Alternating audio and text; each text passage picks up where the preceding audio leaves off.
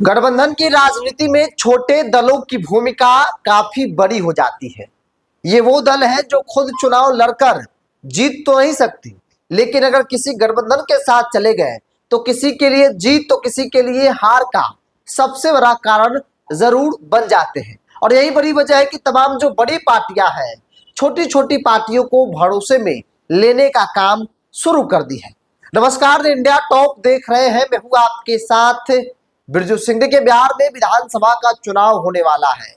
ऐसे में आज की इस वीडियो में बात उन छोटी पार्टियों की जो खुद चुनाव लड़कर जीत तो नहीं सकती, लेकिन किसी के साथ चले गए तो किसी को जिता सकते हैं तो किसी को हरा सकते हैं।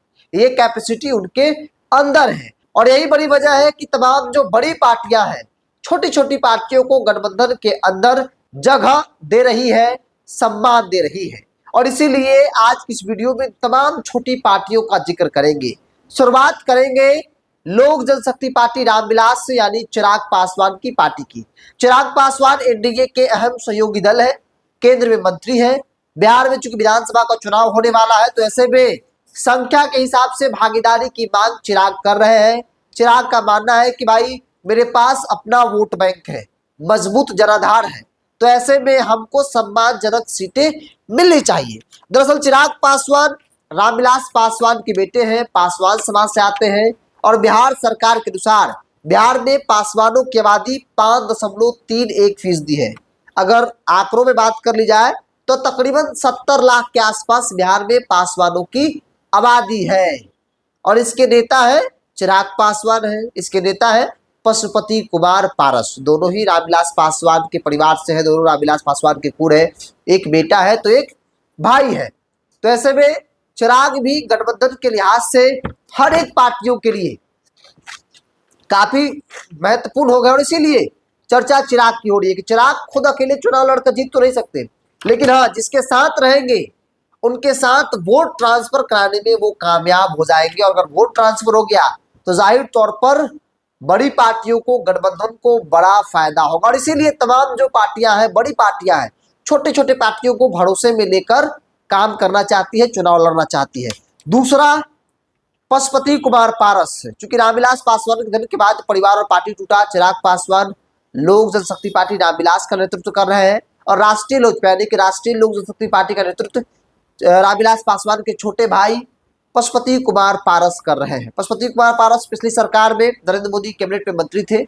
हालांकि गठबंधन के अंदर जब चिराग आए तो पशुपति कुमार पारस को भारतीय जनता पार्टी ने छोड़ दिया। पशुपति कुमार पारस का भी मोह भंग हो गया। हालांकि पशुपति कुमार पारस लालू खेमे में है रामविलास पासवान की कमी को पूरा करने के लिए, और पासवान वोट बैंक पर उनकी भी अच्छी खासी पकड़ मानी जाती है। और इसीलिए लालू यादव भी चाहते हैं कि भाई पशुपति कुमार पारस उनके खेमे में रहे, उनके साथ रहे, उनके साथ रहेंगे तो जाहिर तौर पर गठबंधन को बड़ा फायदा होगा। और एक और फैक्टर है, चूंकि महागठबंधन, मीडिया गठबंधन में बिहार में कोई दलित का फेस नहीं है जो हर एक सीट पर उतार कर प्रचार करवाया सके, तो ऐसे में पशुपति कुमार पारस का महत्व और ज्यादा बढ़ गया है। एक तो रामविलास पासवान के छोटे भाई है, पासवान समाज से आते हैं, पासवान वोट बैंक पर ठीक ठाक पकड़ है, चिराग की भी पकड़ है।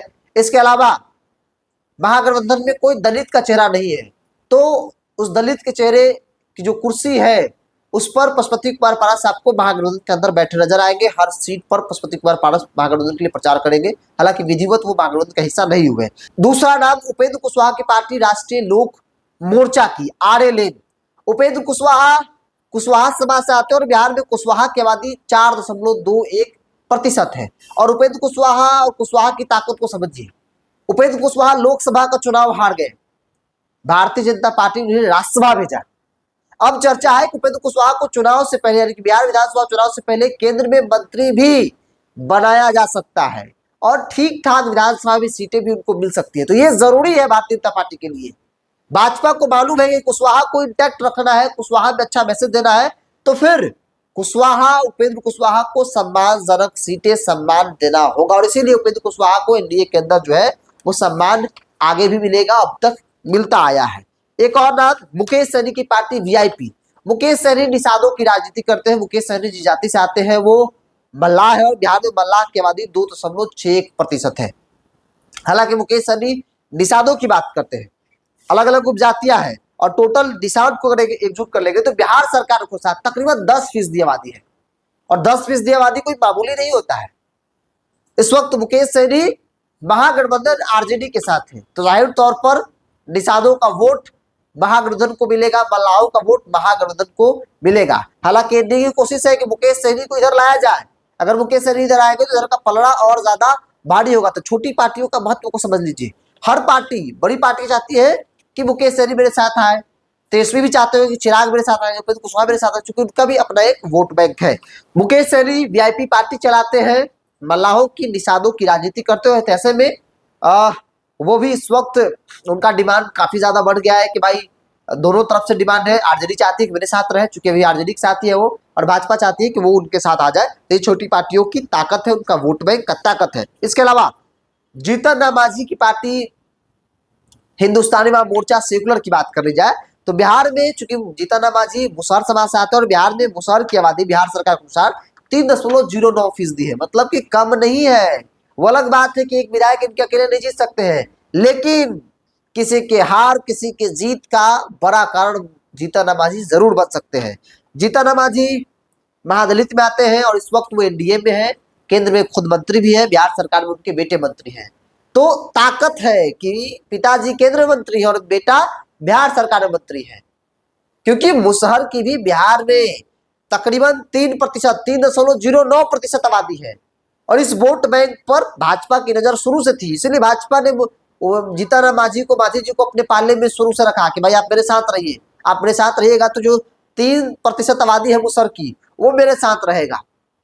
इसलिए केंद्र में मंत्री जीतन राम मांझी और बेटा को बिहार सरकार में मंत्री बनाकर रखा गया है, खुश करके रखा गया है कि आप खुश रहिए, लेकिन इधर उधर आपको नहीं जाना है। हालांकि प्रयास लालू यादव की भी है कि जीतन राम मांझी आ जाए, तेजस्वी भी चाहते हैं, लेकिन फिलहाल ऐसी परिस्थिति बनती नजर नहीं आ रही है। तो बिहार की राजनीति में छोटी पार्टियों का दबदबा है, बिहार की राजनीति में छोटी पार्टियों का अपना एक वर्चस्व है, अपनी एक ताकत है, अपनी एक पकड़ है, और इसीलिए तमाम जो बड़ी पार्टियां हैं छोटी पार्टियों के सामने नतमस्तक होती नजर आती है। चाहे वो चिराग पासवान हो, जीतन राम मांझी हो, उपेंद्र कुशवाहा हो, पशुपति कुमार पारस हो, या फिर उपेंद्र कुशवाहा की बात कर ली जाए, मुकेश सहनी की बात कर ली जाए, तमाम पार्टियों के सामने बड़ी पार्टियां हर चुनाव में झुकती है और इस चुनाव में भी झुकती नजर आ रही है। बहरहाल आप क्या मानते हैं, आप भी अपनी राय को कमेंट्स बॉक्स में रखिए। इस पूरी रिपोर्ट में इतना ही, बहुत बहुत धन्यवाद।